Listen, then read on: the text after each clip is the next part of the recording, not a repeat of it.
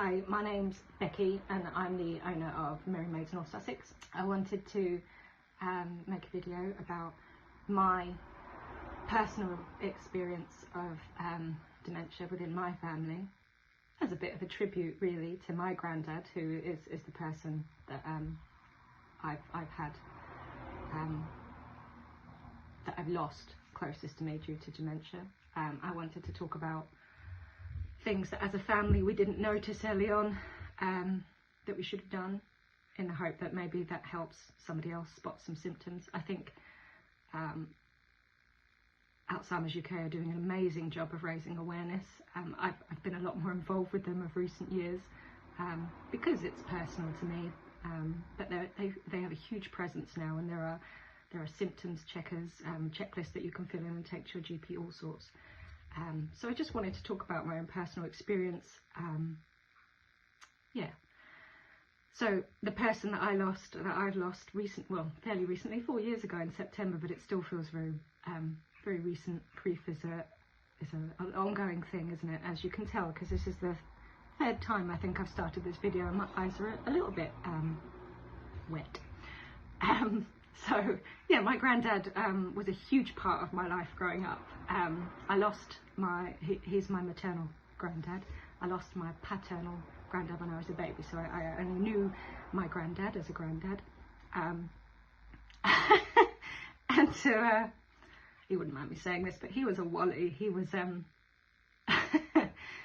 if he said anything, it was funny. He, you know, he'd weigh in a conversation just to get a little jibe or a poke, you know, a dig, a joke, something in, and sort of whenever he joined in, there was laughter. As a kid, I very fondly remember my nan and granddad bouncing off each other in conversation.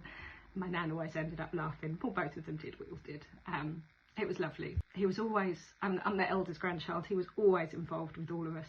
We used to go out, he used to take us to Camp Sands, all sorts. He was very active, larger than life, funny, cuttingly funny. Yeah, just an amazing person all round. In the summer of 2016, as a family, we went on holiday. So it was my mum.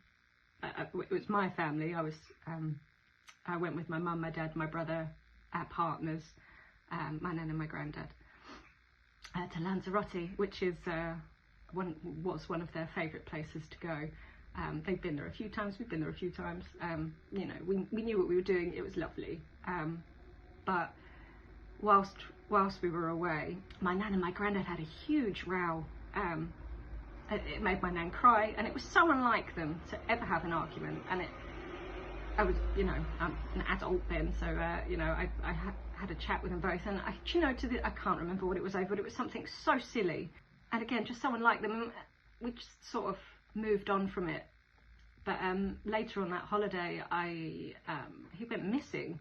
He just wandered off on his own, which he's very sociable, wasn't something that we thought he'd do. It just seemed a bit strange. So my husband, well, he wasn't my husband at the time, my fiance, no, he was my husband. I'm sorry, Greg, he was my husband at the time. We got married in 2012. We went for a walk around the place that we were staying, and we actually, my husband and I, found my granddad sitting on a rock in the middle of a bit of wasteland, just staring off into space.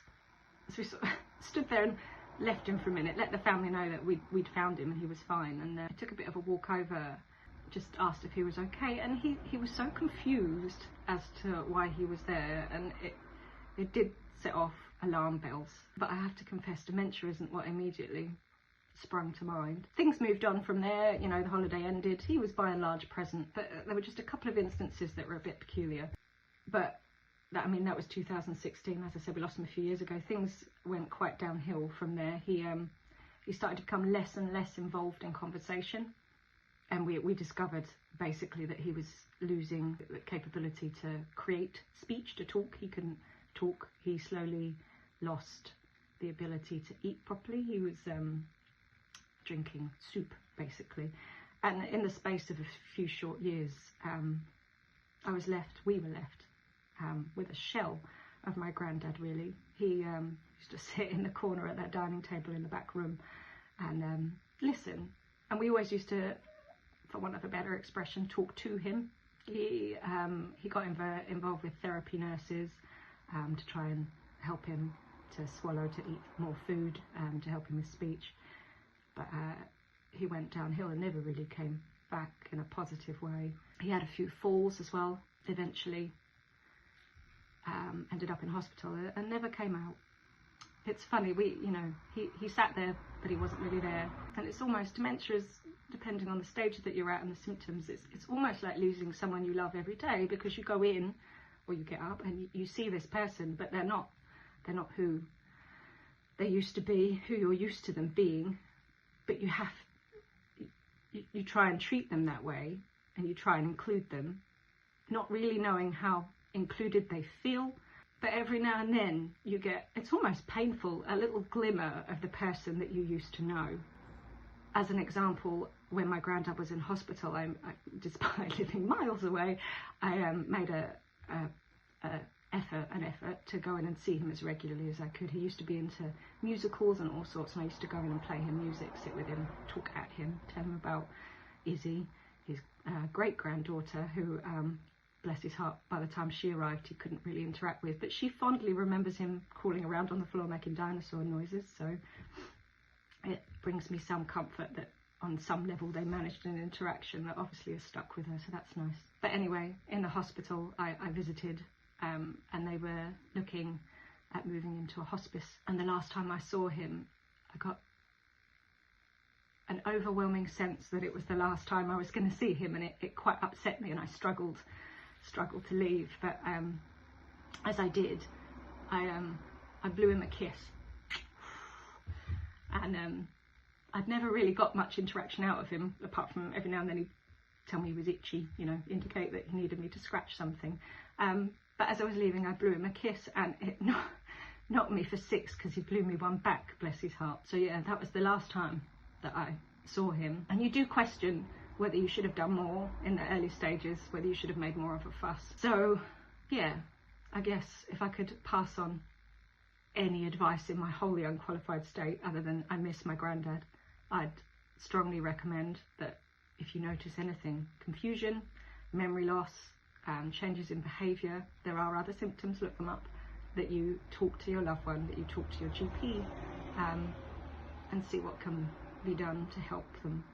I know there are so many unknowns with dementia. One of my concerns, it's a very selfish concern, well, depending on how you look at it, but I was concerned because I lost my dad's mum to dementia and lung cancer, but also dementia fairly recently, last year, and I was concerned that dementia was perhaps hereditary.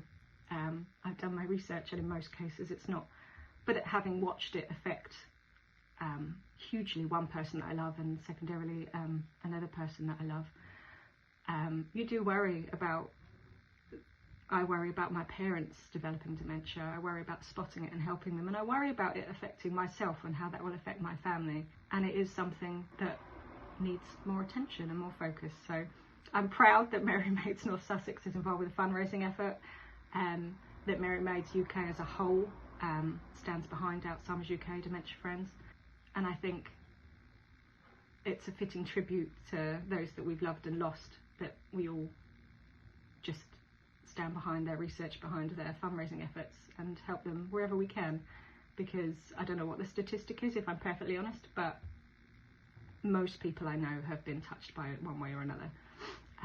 So sending love to my granddad, to my nan, and to everyone else that has lost or been lost, lost someone or been lost to dementia. It is such a cruel way, I think, to lose somebody. And this feels very negative. So on the positive, let's all stand together and support in any and every way we can.